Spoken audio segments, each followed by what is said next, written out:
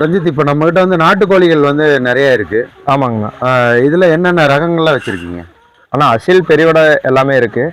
எல்லாமே நம்ம இது எல்லா வகையுமே இருக்குங்க. அசில் பெருவடை தான் மெயினாக இருக்குன்னு வைங்களேன். இது எல்லாமே என்ன மீட் பர்பஸ்க்கா இதுக்கு? ஆனால் மீட் பர்பஸ்க்காக தாங்க. Pure and pure meet purpose. ஆமாம் ஆமாம்.